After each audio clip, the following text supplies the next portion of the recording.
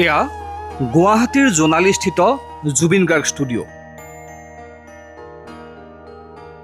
যি জুবিন গাৰ্গ ষ্টুডিঅ'ত বহি হাৰ্টথ্ৰবগৰাকীয়ে সৃষ্টি কৰিছিল তেওঁৰ বহু জনপ্ৰিয় গীত। কিন্তু আজি জুবিন গাৰ্গ নাই। জুবিন গাৰ্গ আমাৰ মাজত কায়িকভাৱে নোহোৱা স্বত্তেও কিন্তু এজাক শিশুৱে জীপাল কৰি ৰাখিছে জুবিন গাৰ্গৰ এই মৰমৰ ZG ষ্টুডিঅ'। 2013 চনতে ভগ্নী জংকী বৰঠাকুৰৰ সোঁৱৰণত জুবিন গাৰ্গে গঢ় দিছিল অভিনয়া নামৰ এক অভিনয় প্ৰশিক্ষণ কৰ্মশালাৰ। বিগত 2013 চনৰ পৰা বৰ্তমানলৈ চলি আছে অভিনয়াৰ অধীনত অভিনয়ৰ কৰ্মশালা। বিগত 12টা বছৰৰ দৰে এইবাৰ কিন্তু নাই জুবিন গাৰ্গ। জুবিন গাৰ্গ নোহোৱা স্বত্তেও কিন্তু জুবিন গাৰ্গৰ ZG ষ্টুডিঅ'ক জীপাল কৰি ৰাখিছে এইসকল শিশুৱে। বিগত বৰ্ষসমূহৰ দৰেও এইবেলিও অভিনয়াৰ অধীনত চলিছে অভিনয়ৰ প্ৰশিক্ষণ। এই কৰ্মশালাত অংশগ্ৰহণ কৰা প্ৰশিক্ষাৰ্থীসকলে প্ৰশিক্ষণৰ অন্তত জুবিন গাৰ্গৰ সোঁৱৰণত গান মামা নামেৰে এখন নাটক মঞ্চস্থ কৰিব।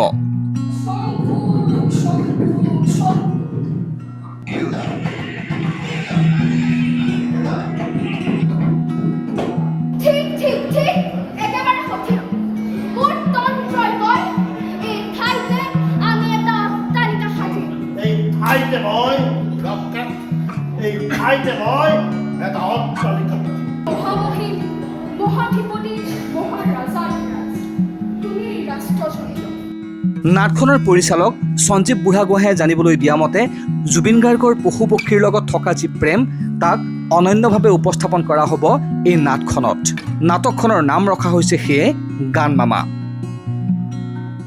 2013ৰ পৰা আজি প্ৰথমবাৰৰ বাবে সদায় আচলতে আমাৰ ৱৰ্কশ্বপটো জুলাইত হয়, কিন্তু গোটেই দিন তেতিয়াও দাদা নাথাকে, কিন্তু দাদা আহিব বুলি এটা অপেক্ষা থাকে। কিন্তু এইবাৰো আমাৰ সেই অপেক্ষাটো আছে, যদিও জানো যে কেতিয়াও নাহে। সেইটোৱেই ক'ৰবাত কিবা এটা নাইকিয়া কৰিছে।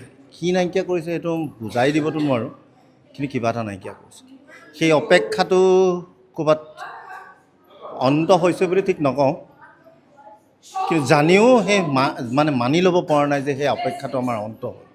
কিন্তু দাদা যিকোনো প্ৰকাৰে আমাৰ প্ৰত্যেকটো শ্ব'ত আহেই। সপ্তাহ এই মাহটোত অন্ততঃ 2-3 দিন তাত থাকেই, আহেই। সেই অপেক্ষাটো এতিয়া আমাৰ ওচৰত নাই, ক'ৰবাত নাই। তথাপিতো আমি চলাই নিব লাগিব।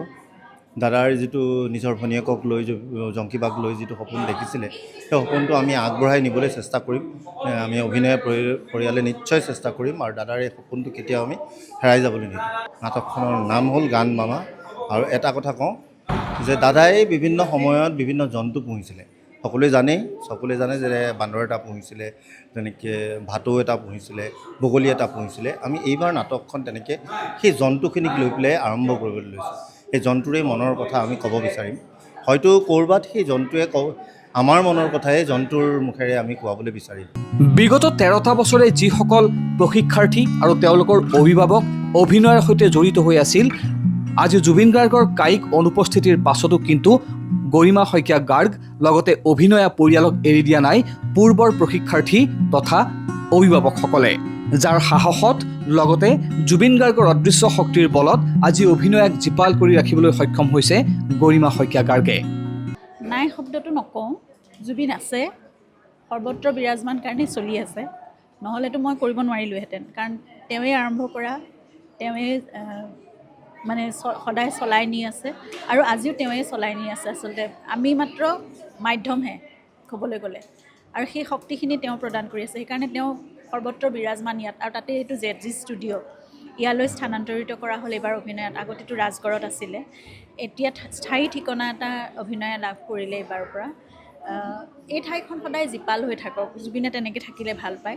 তেওঁ যেনেকৈ ভাল পায় তেনেকুৱা ধৰণেই আমি কৰিবলৈ চেষ্টা কৰিছোঁ। তেওঁ যেনেদৰে সেউজ কৰি গছ গছনিবোৰ ৰুইছিলে, তেনেকুৱা ধৰণে আমি তেনেকেই ৰাখিছোঁ।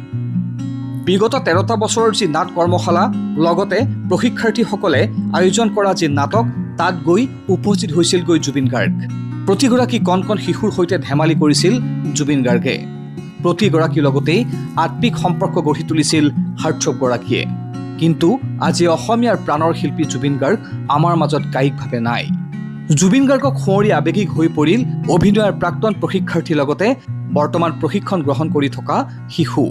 মই 2014-15 বৰ্ষত ইয়াৰ ছাত্ৰী আছিলোঁ আৰু তেতিয়া আমি ৱৰ্কশ্বপ কৰিছিলোঁ। সঞ্জীৱ ছাৰৰ পৰাই আমি নাটক শিকা আৰু গৰিমা বৌ আৰু জুবিন দাৰ আশীৰ্বাদতে এতিয়া এনেকুৱা এটা সময়ত পাইছোঁহি যে এতিয়া মই সঞ্জীৱ ছাৰক এছিষ্ট কৰি আছোঁ আৰু সৰু গ্ৰুপৰ যিখন নাটক সেইখন মই লিখি আছোঁ। মই যিহেতু 2014ৰ পৰা আহিছিলোঁ, 2014ৰ পৰা মই 2019 চনলৈকে কৰিছিলোঁ এজ এ ষ্টুডেণ্ট। তেতিয়া সদায় প্ৰথম দিনা হওক, তাৰপিছত 2-4 দিনৰ মূৰে মূৰে জুবিন মামা সদায় আহি পেলাই ল'ৰা ছোৱালীখিনিৰ লগত মানে ইণ্টাৰেক্ট কৰে, কথা পাতে, গান গাই শুনায়। তাৰপিছত সৰু সৰু ল'ৰা ছোৱালীবোৰ আমিও সকলোৱে জুবিন মামাকে যাওঁ, অট'গ্ৰাফ লওঁ, আহি পেলাই কথা পাতে, ভাল তহঁতৰ বুলি। তাৰপিছত আমাৰ লগত সদায় একেলগে হাঁহি ফূৰ্তি কৰিছিল, খেল ধেমালি কৰিছিল। তাৰপিছত আমি যোনখন সদায় লাষ্টত নাটক কৰিছিলোঁ সেইখন সদায় চাবলৈ আহে, আমাক সদায় এনকাৰেজ কৰিছিলে। এইবেলি আয়োজন কৰা অভিনয় কৰ্মশালাৰ অন্তত অহা 27 জুলাইত শংকৰদেৱ কলাক্ষেত্ৰৰ মাধৱদেৱ প্ৰেক্ষাগৃহত মঞ্চস্থ কৰা হ'ব নাট। 3খনকৈ নাট মঞ্চস্থ কৰাৰ উপৰিও অনুষ্ঠানত আয়োজন কৰা হৈছে বিভিন্ন সাংস্কৃতিক কাৰ্যসূচী। এইবাৰ আমাৰ 3খন নাটক হ'ব আৰু লগতে নৃত্য গীতৰ অনুষ্ঠানো থাকিব। আৰু অহা 27 জুলাই তাৰিখে কলাক্ষেত্ৰত মাধৱদেৱ প্ৰেক্ষাগৃহত এই অনুষ্ঠানটো হ'ব। গতিকে আপোনালোকৰ চেনেলৰ যোগেদিয়ে মই সকলোকে আমন্ত্ৰণো জনাইছোঁ। গুৱাহাটীবাসী ৰাইজ সকলো বা যিয়ে সুবিধা কৰিব পাৰে আহক, ল'ৰা ছোৱালীখিনিক উৎসাহ দিয়ক, আমাকো আশীৰ্বাদ দিয়ক আৰু মোক সেইখিনি সহায় সহযোগিতা আশীৰ্বাদ সদায় দি থাকক, যাতে মই জুবিনৰ সপোনটো আগবঢ়াই লৈ যাব পাৰোঁ।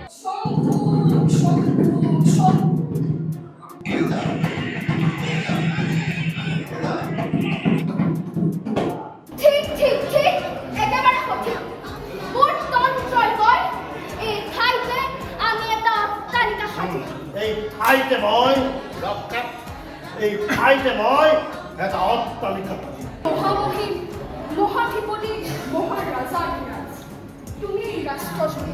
কি গান মামা আকৌ কেনেকৈ গান মামা নোহোৱা হ'ল? ক'ৰবাত যেন কিবা এটা হৈছে, ক'ৰবাত কিবা এটা নিশ্চয় হৈছে। মনৰ কথাত মাথা মাৰিবই নালাগে।